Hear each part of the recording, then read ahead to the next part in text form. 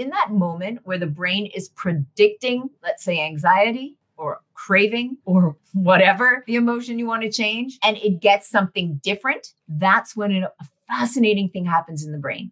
It literally unlocks the memory and then puts in the new information.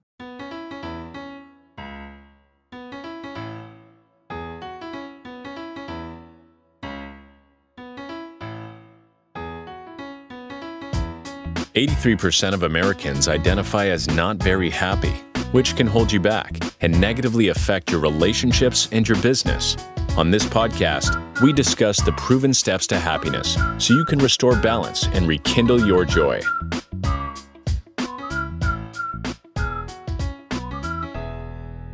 Welcome to another episode of How to Be Happier for Entrepreneurs. I'm always excited, but this time I'm really, really excited. Our guest has an incredible background in helping change the mind and heal people and bring freedom and happiness. So welcome to the show, Melissa. How are you today? I'm good. A little cold here in New York City, but I'm getting warmer. I'm ready for summer. So as we always do, let's just jump right in. What is the unconscious mind and what roles does it play in our lives? Starting with just a little question, are you? Yeah. What is the unconscious mind? Well, we're still, probing that. What is the unconscious mind? In my world, the unconscious mind is everything that we are not consciously mediating. So the unconscious processing, the adaptive unconscious that is always operating every moment of every day, even when you're sleeping. So the unconscious comprises basically your immune system, endocrine system, all of the systems you don't have to consciously mediate, but also all of the, let's put it this way. You're being bombarded by millions of bits of information every moment from internally, externally. We can only be conscious of, research indicates, about 40 of those bits, which means our adaptive unconscious is processing all of these bits of information, looking for relevance, looking for what matches our prediction system, which, the brain runs on prediction. That's how it functions. That's how we can function.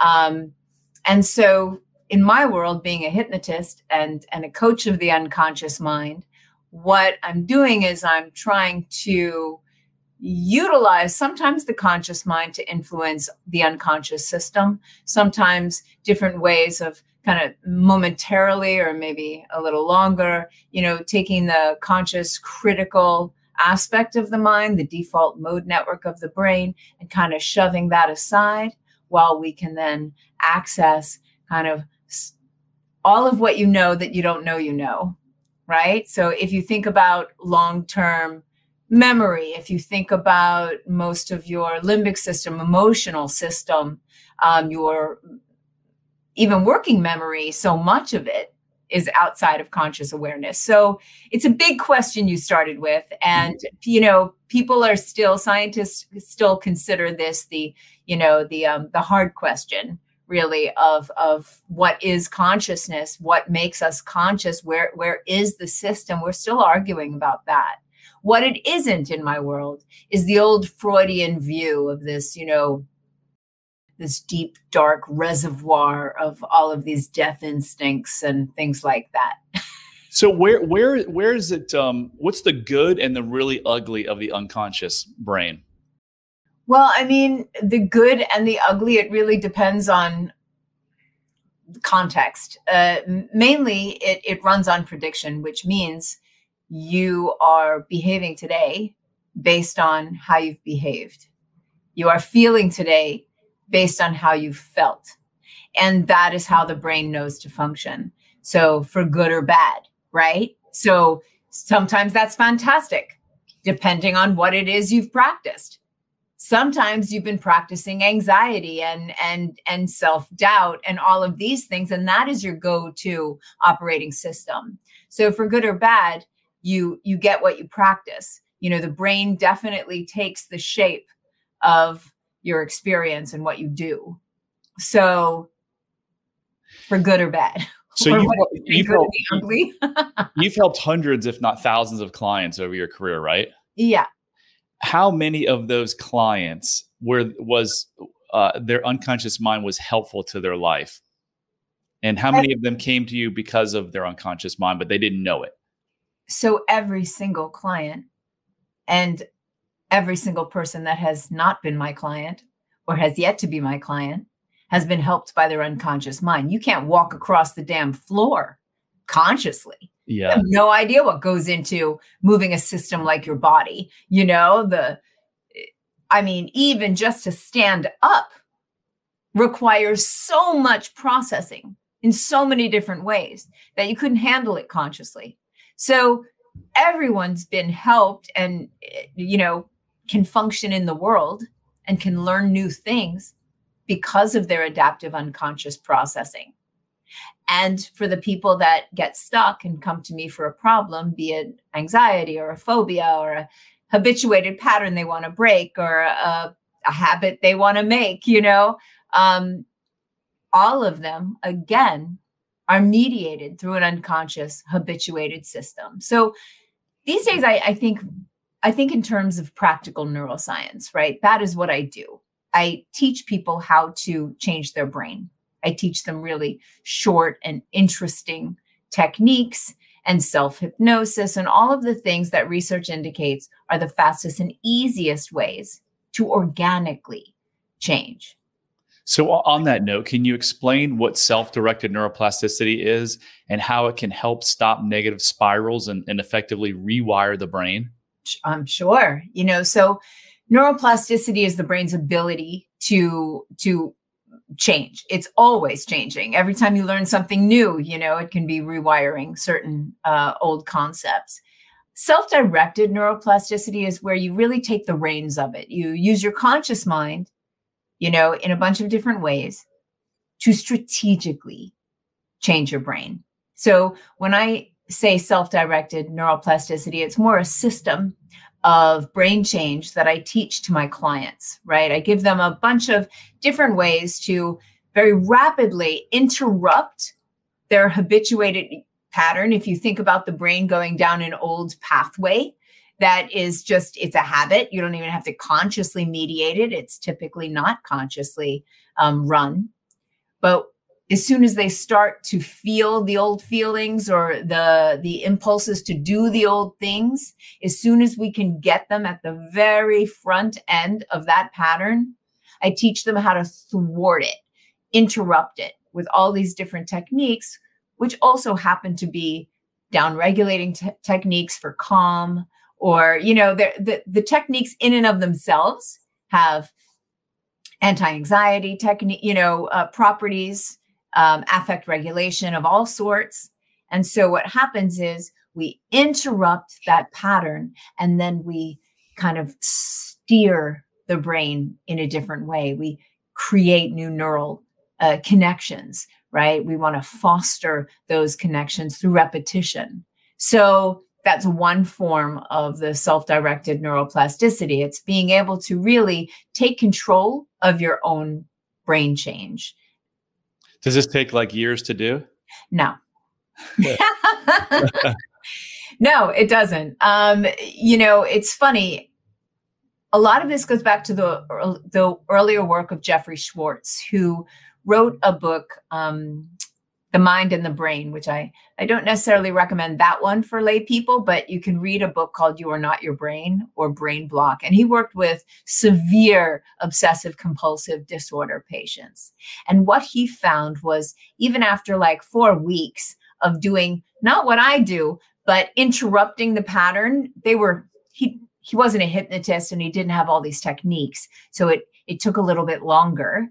But even still, they could see the brain changing after just a couple of weeks, and I think the study, I could be wrong, was about 4 weeks, could have been 6, where they looked at their brain in a brain scanner. In the beginning, they saw the OCD kind of system. And then 4 to 6 weeks later, I can't remember exactly, it looked like a totally different brain. So, and that was severe OCD, people that couldn't get out of the house. Wow. So And he didn't have the techniques and hypnosis like what I train people to do change work in. I mean, primarily at this point, I'm a trainer. I teach clinicians, I teach coaches, I teach change workers how to do this work. And I still see clients because I feel like that's my laboratory. You know what I mean? So, but my biggest reach, I guess, through books and things like that is to spread it around so that more people can have access to, you know, being empowered enough to change their own mind, change their own brain. So, yeah. So how many, I mean, I'm guessing you've had lots and lots of clients that have come to you, because I was one of those people. I didn't come to you. I found you through your amazing book, Keeping the Brain in Mind. Just fantastic. I love it. I went to 3 decades of therapy. And I went to someone that doesn't do what you do, but it's similar. And in 3 hours, my life forever changed. So how many patients or clients do you see where they have tried therapy for years or decades, and then they come to you and like in a couple of sessions, they're like, what the heck? Every client, because the truth is, for most of my career, I've been doing this over 25 years. I was, you know, training clinicians. So I was seeing other people's patients, you know, psychiatrists. And so they've been through the ringer, the therapeutic ringer. By the time they get to me, I am like the last stop on the train. You know what I mean? No one says, oh, I have anxiety, I should see a hypnotist, right? They don't think that. Yeah. They go to a therapist or they go to a psychiatrist, you know, so unless it's someone who says, I want to quit smoking, and then they think maybe hypnotist. But the truth is, I don't think I've ever met somebody who came to me first, unless someone they love or someone they know very well was one of my clients. Yeah. So my last book was on working with kids and teens, and I have a workshop on working with kids and teens coming up on February 10th. So luckily, hopefully I can get to those kids before they've been, you know, kind of cycling through a bunch of different therapeutic modalities, because, you know, mine is more about empowering kids to, you know, to help themselves. So on that note, you've suggested some critical views on traditional therapy. Can you expand on its limitations and discuss what makes certain modern techniques more effective than what we've seen for the last 100 years? Well, I think it was you that actually brought up the limitations of traditional therapy. Maybe. Okay, I'll take that. I'll take that. Now, remember, I mean, there's a huge, you know, wide range of therapists, and I train, you know, I've been training them for many years. So there's a lot of great and amazing therapists out there. Absolutely. The traditional old therapeutic paradigms, where it's just talk about your problems for years and decades, that causes so many problems. If the brain is predictive and you're constantly rehashing and constantly lighting up these old neural networks, right, and adding more into the system, then change is so much harder after that, right? So I believe there's a bunch of different therapeutic modalities I don't agree with, right? I don't agree with, you know, you must feel all the pain in order to heal. That's not true. I don't think that you must retell your trauma story over and over and over again, because what you're actually doing is grooving it just a little deeper into the brain. Now, don't get me wrong. There's ways of sharing a traumatic story. And that's when the clinician is fully aware of therapeutic memory reconsolidation and can offer up a different emotional range, a perceptual shift, so that when that trauma gets reconsolidated back into the brain, it has these new emotions or it has these new perspectives. So you can, I would say, a good therapist is a therapist that is up on the latest neuroscience and that understands the implications of memory reconsolidation. And there's plenty of them now at this point, you know, not enough for my liking, but, you know, I think the main thing about traditional therapeutic models is they're way too slow And a lot of them don't really give clients tools or techniques to use outside of the therapy room. There's two main things, or this was a while ago, they did this research that kind of indicated the efficacy of a therapeutic modality. And it was, the therapeutic rapport, right? And then how well do you teach your clients to regulate their emotional states outside of the therapeutic relationship? And those two things are great predictors. I would add a third. How well do you understand how to reconsolidate hurtful memories? Well, let's talk about that's fascinating. Memory reconsolidation is something that I have been studying for just the last couple months, and I have found it to be like mind-blowingly it's the game changer. Fascinating. It's tell us about it. Can you tell us about it? Revolution on its way, and it will change the entire field of mental health once it's fully grasped by the clinicians. That's my hope, right? Because this old idea of how memory works is just not the way memory works. And, every time you're remembering something, it becomes malleable, right? And that's just the nature of memory. That's why it changes over time. The metaphor that I use, and now a lot of people use, is that of a Word document. Every time you open a Word document, even if you just add a comma, when you close it, you only ever have access to the latest version, right? There was a great memory researcher, and he said, the best way to preserve a memory is to never recall it. Because each time you recall it, it gets changed. Wow. Now, this happens incrementally over time. You don't even feel it. You don't notice it. And that's why you can get together with your family and have big arguments over what did and didn't happen. Because everyone has a slightly different memory of that event. Now, therapeutic memory reconsolidation is where we do the necessary steps to give a massive update. And what we do is we give a massive update. And what typically changes is the emotional track of the memory, so that we can provoke the neural network of that memory. And then what we do is we create the conditions in our sessions to put in what's called a mismatch or a prediction error. It's, I used to be anxious, but she's just done this technique, and now I can get into the elevator and I'm not anxious. In that moment, the brain goes, wait, we need to update, right? Because that old truth is no longer relevant.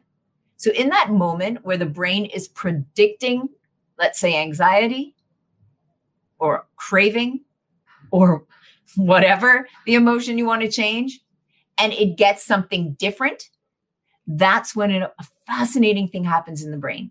It literally unlocks the memory. Wow. And then puts in the new information. Wow. So it's fascinating. And, when people work with it, they understand it, they work with it, they get to see that miraculous change like you experienced, where you have one session and all of a sudden you're like, oh my God, I don't have that anxiety anymore. I don't have that phobia anymore. Somebody comes to me, they've got to do a presentation and they're freaking out because they've never been able to do public speaking. And, I make sure to target those memories in a way that shifts them and changes them in that session. And then they do that presentation and feel awesome. That has a cascading effect, you see, because we're not just changing the behavior. There's a lot of, like a lot of therapeutic modalities, and, people really do hang on to their darlings, the things that they think are important. And a lot of people have argued that, well, that's just superficial change, right? I mean, you have to go deep into the childhood to find out why. And it's like, you know what? That superficial change, what you think is superficial, changes that person's life, number one. But if that neural network is hooked into all the past incidents from early childhood on, as well as the beliefs that come with thinking, I am not good enough, I can't do this, everyone else seems to be able to speak up in the boardroom, right? So they have low self-esteem, they have no confidence, they have beliefs about their limitations, beliefs about what other people think about them. That's all tied into the same system. We change that one piece so that they can now be comfortable in their skin, speaking up in front of an audience. That changes their belief about themselves. It changes their limitations. It changes how they feel about the people they're with, and how they feel the people they're with are judging or not judging them. That plays into a whole schema. So, I recently wrote and that's why, sorry, a post on how we're all right. We can all be right, regardless of your therapeutic angle. Once you understand we're all operating on the same neural network, we're just coming at it from different ways. Right? It's the old, elephant, right? Everybody's got hanging on to a piece of the elephant. They're blind and they're saying, oh, this is what an elephant is like. And one person has the tail and says, oh, I think an elephant is quite skinny with a funny little, and so I try to bring the therapeutic world together because there's so many factions. And one of my favorite hypnotists, Milton Erickson, he had this great quote, and he said, therapists can't afford the luxury of a theory. And I love that. So man, you've said so many great things. So one thing leads to many is what I think I heard you say. So someone will come to you with one issue, anxiety. And once you solve that, it changes everything. I've seen that over and over and over again. Someone will come to me with a racing mind and we'll do the work. And then they'll be like, my relationship with my kids and my wife is so much better. I'm earning more money.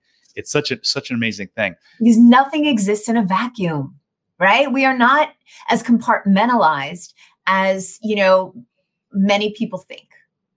So not the definition, but the example of the speaker. So someone is really, really afraid to get up and speak in front of the boardroom or in front of the crowd. My understanding is that is a symptom that is keeping them from feeling something that may be even more painful. Can you give us an example of what that underlying thing could be that's leading them to have the anxiety when they speak? So I'm gonna push against that assumption. While it can be true and nothing exists in a vacuum, and we are the accumulation of all that we have lived, our beliefs, our expectations, our experiences, right? So that, maybe that child, anytime they went to speak up at home, we could go back to an early attachment style, right? They were just not given, that much attention. Or maybe it was, when they got called up in front of the class when they were very young in first grade and didn't know the answer. And they looked out and saw the kids and felt like the kids were laughing at them or judging. So that the brain drops a flag in that moment and says, this doesn't feel safe. And then the next time the kid gets called up, all of a sudden starts to feel anxious, doesn't even know why. That's because the brain is saying, we don't like to do this. Let's not do this, right? This threatens our system a little dangerous. bit. Dangerous. And I do it.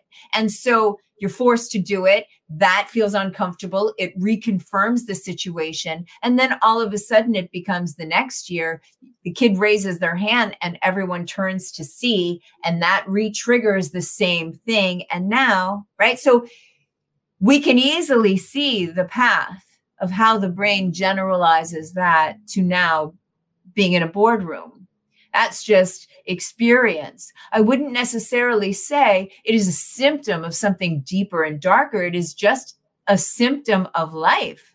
You could say, okay, well, maybe you feel you're not good enough, or maybe this, or maybe that. But I would venture to say that that is a conscious rationalization from what an unconscious system just does automatically, because that's what it's been trained to do, right? It's predictive. So quite often you will have situations where the unconscious mind will make a decision. Almost every decision you make, by the way, is mediated first through unconscious processing. And then typically the conscious mind will rationalize it or create a narrative to go with that. So Melissa, maybe I misspoke, and this is how I read or understand Bruce Eckert. Is it, and maybe I'm using the wrong terminology, but if it's an addiction or anxiety or whatever what the client wants to change, isn't that kind of, I said, I maybe used it wrong. Isn't it protection against something that they feel if they didn't have it would be worse in their life? It can be, yes. Not always. Not always. Okay. Not always. So you will never you will never hear me say something is always this or that, simply because there's exceptions all the time. And if you go in with that filter on, then you're looking in a direction that is going to be skewed, right? There is the can't afford the luxury of a theory, you see. If you look at every single behavior as symptomatic of something much deeper, then you're going to spend a lot of time, sometimes years, looking for that deeper thing. And then if you don't have tools to clear it, if you're just looking and picking around, in the past, looking for deeper hurts, you're going to find them, because that's called life and growing up, right? Now, that being said, I do understand, because I developed an addiction protocol. I myself have been addicted to various drugs during my life. I used to be a rock and roll musician. It just came with the territory. Sometimes the addiction is self-soothing, and it is, yes, keeping you from facing the demons in your life. Think about, there was this great rat park study. Did you ever hear of that? I've heard of it. I couldn't recite it, but I've certainly heard it. It basically talks about our original views of addiction. We all heard about the rat put in the cage, and he had two choices, food or cocaine or something, right? And what they found was that rat in a cage would always go for the cocaine until they died. And it was like, see, that's how addictive it is. But somebody came along and they created a rat park.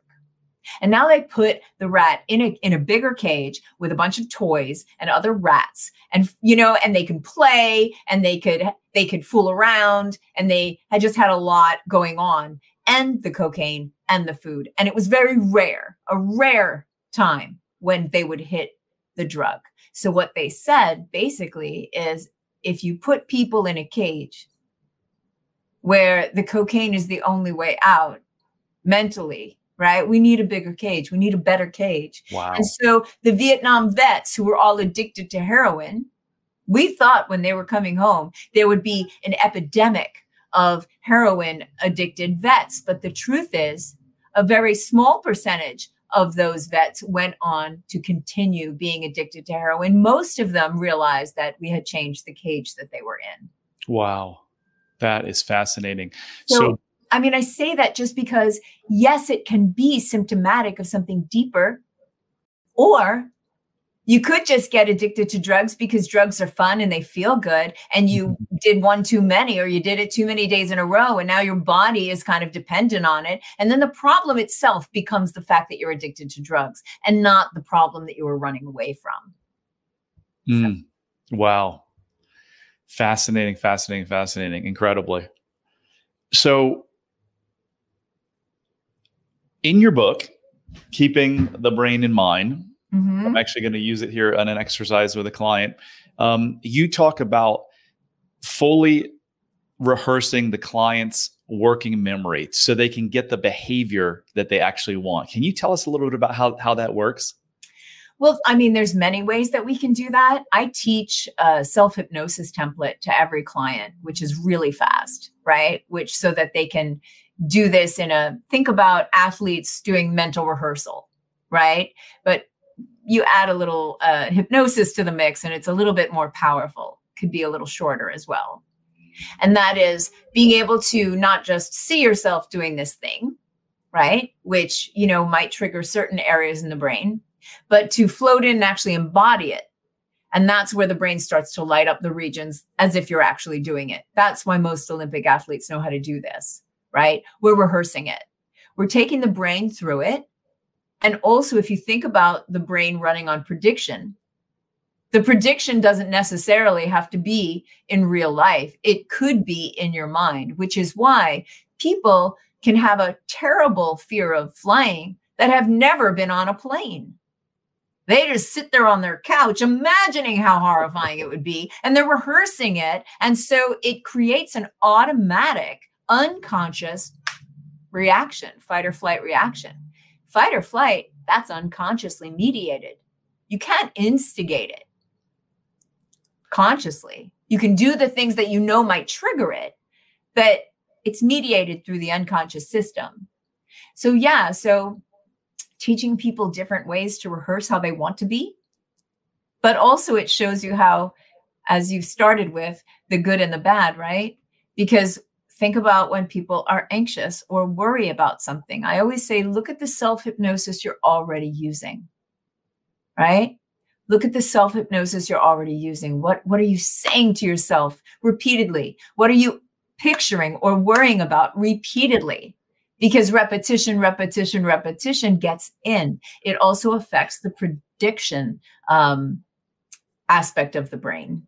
So if I'm rehearsing, oh my gosh, when I call this client, they're going to laugh at me or hang up on me, and I don't like to make that call, and it is a part of my success in my job, right? We're rehearsing those bad things, but what you teach is to see everything in a different light. When I call that person, what do I feel? I feel confident. I feel secure. What do you see? What do you hear? And your point is, they've done studies where they had weightlifters lift weights, and then they had another group that just thought about lifting weights. And the people who thought about lifting weights, their muscle mass increased. It was incredible. Yeah, they've done that. They've done studies like that with piano players, with violin players,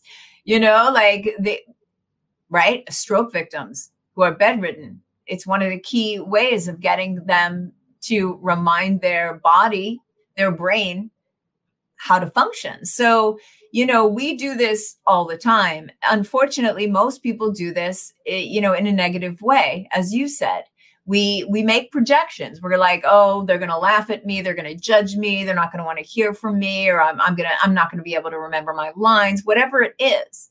Right. And so, yeah, front loading that by quite often with my clients, I'll say, milk the future, right? Like fantasize about the future you want. So let's just imagine we go back to your example where you have to make this call, this sales call or something, right? Imagine that this person really benefited from that conversation, because as I always, because I've trained people in this as well, a no just means a no yet, just means not a yes yet, right? On many different levels.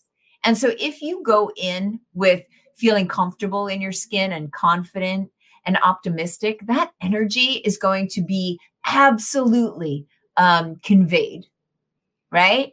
And so what that means is you're going to approach that call in a way that the other person feels it,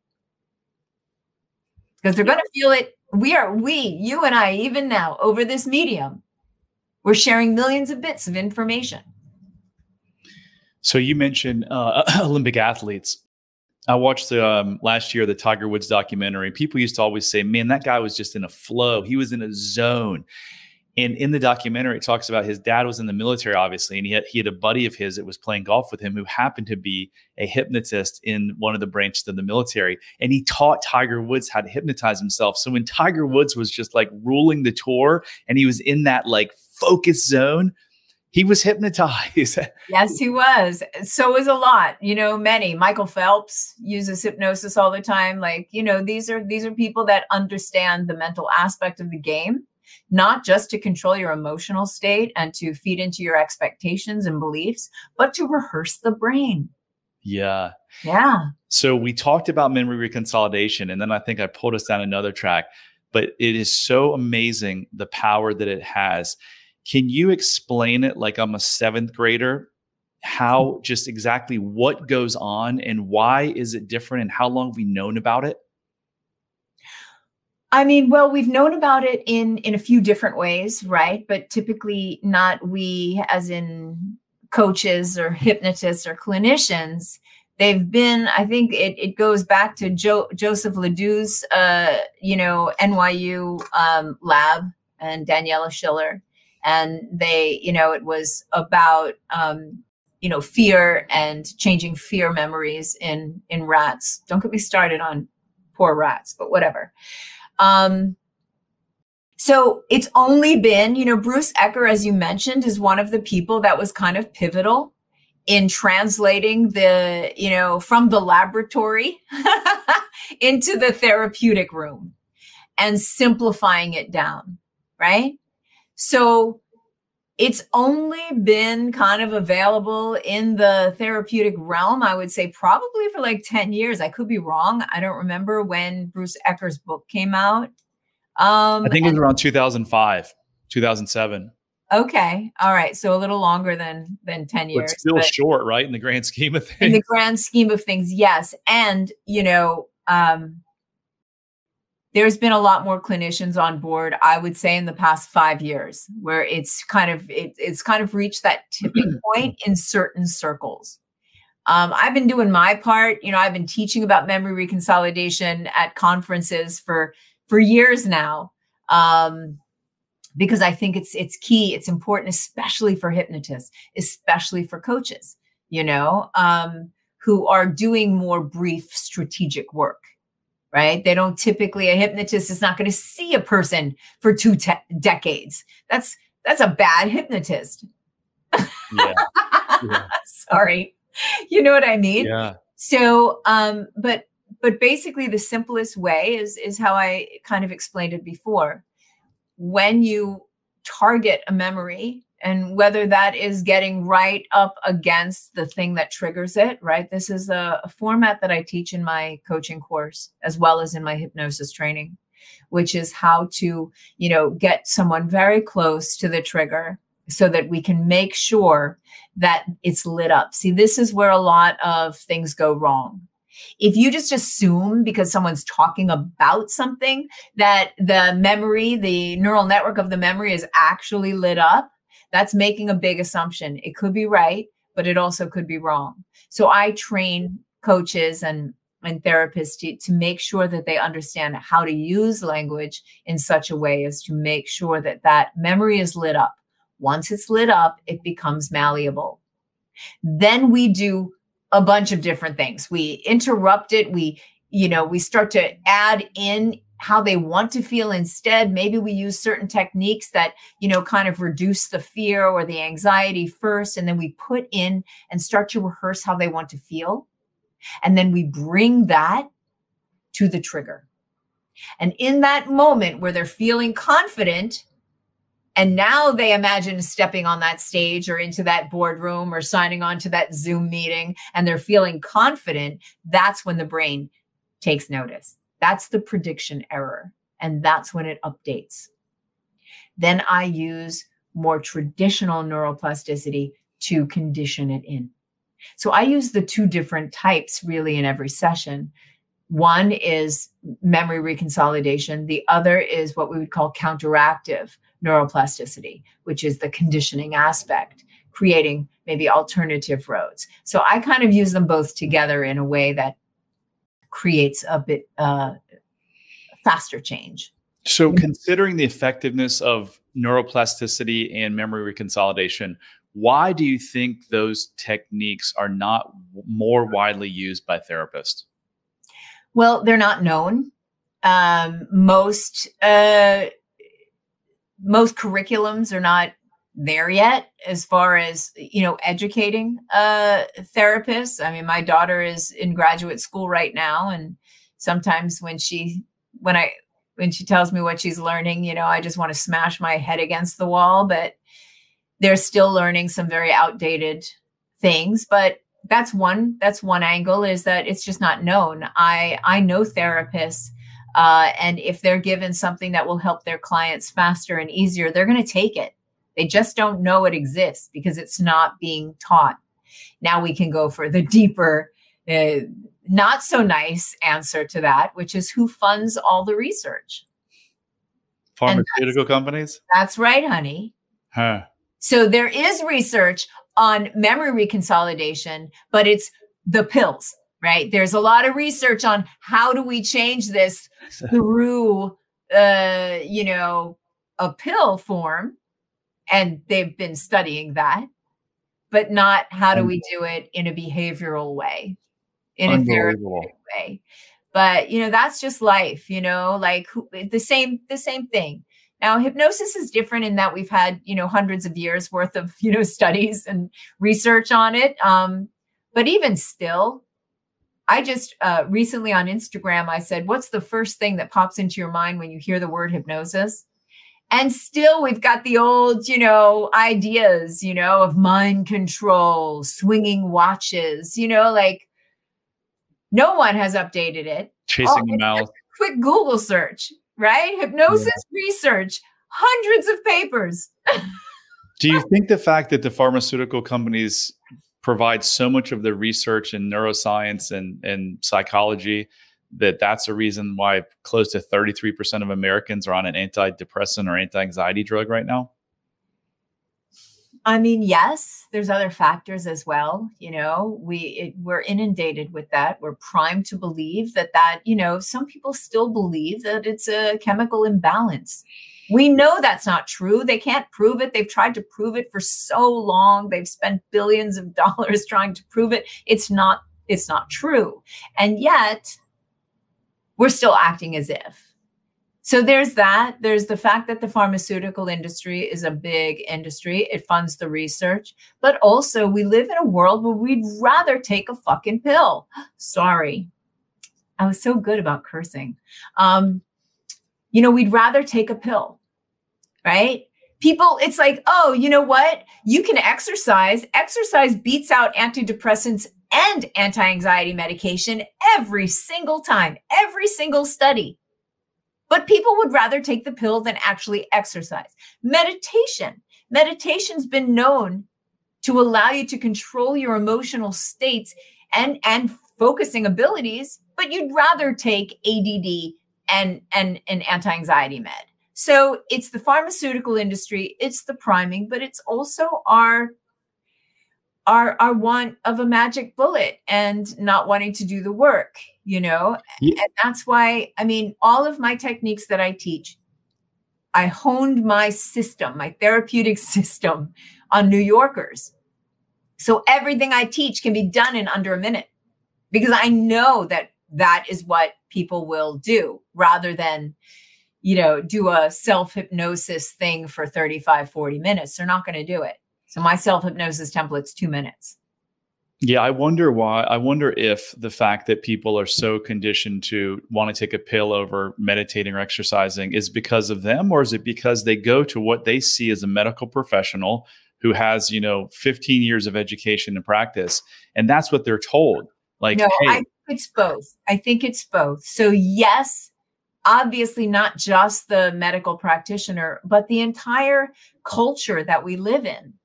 Right? We're being primed every single moment. Every single moment we are being primed.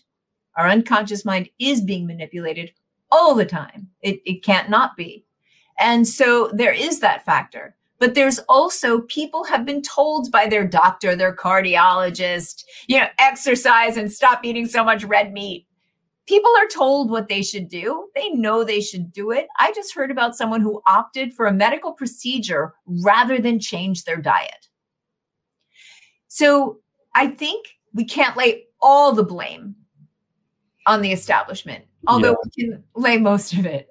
But the other is just that we are in a culture that doesn't value certain things. We value productivity. We value, go get it, go, get yours. That type of culture we live in poo-poos something like having a meditation practice in the morning, right? That's a very fringe part of our culture, which values that. So Melissa, as we wrap up here, I'm going to throw you a little bit of a curveball and ask you on the gamut. Sorry. What's the greatest lesson you've learned in your life? Oh my God. The greatest lesson? Jeez. You're going to wrap up with that quick little question? All right. Well, I did just write something that I think is helpful. And that is looking at life as your graduate school, right? So anytime I go into certain types of regret, right? Regret of those years that I lost through addiction or I look at it instead as, what did I learn from that, right? If I hadn't done that, if I didn't go through that particular major or minor, I wouldn't have been able to help thousands of people by creating my addiction protocol. If I didn't experience chronic pain for so many years, I wouldn't have developed my chronic pain protocol. Life as graduate school, what can we learn from this? I have trained so many people who come to my training for a second chance, for a new career sometimes, or just an infusion into their therapeutic practice. And once you start to realize that the very thing they struggled with is now the thing that they excel at. Yeah. With helping people. I mean, you yourself, you're an example of that, correct? Yeah. So I would say that's a big lesson for me. Love it. Love it. And you can live your life the same way because everything happens for you and not to you. So if you think you're going through bad times, it's just, there's a lesson in there. Melissa, this was fantastic. How can people reach you? You can look for Melissa Tears on Instagram. You can go to melissatears.com. That's how. And then my email, things like that. I have some classes coming up, for practitioners they might be interested in. And Melissa's 2 S's and Tears is Tiers. Yes. So that was phenomenal. Thank you so much. Oh, my pleasure. And I wanted to remind everyone, I'm on a mission here to help 1 million people. So I need your help. So if you like this content, please share it, please rate it, please review it, anything you can do to get this word out. And as we wrap up, just wanted to remind you that love heals all. Thanks, Melissa. See ya. Hit subscribe if you don't want to miss out on more life-changing content. And if you're struggling, you don't have to. Go to bradchandler.com/contact. There, you can join the Facebook community of like-minded entrepreneurs, and you'll see a button to schedule your freedom and happiness call. See you on the next episode.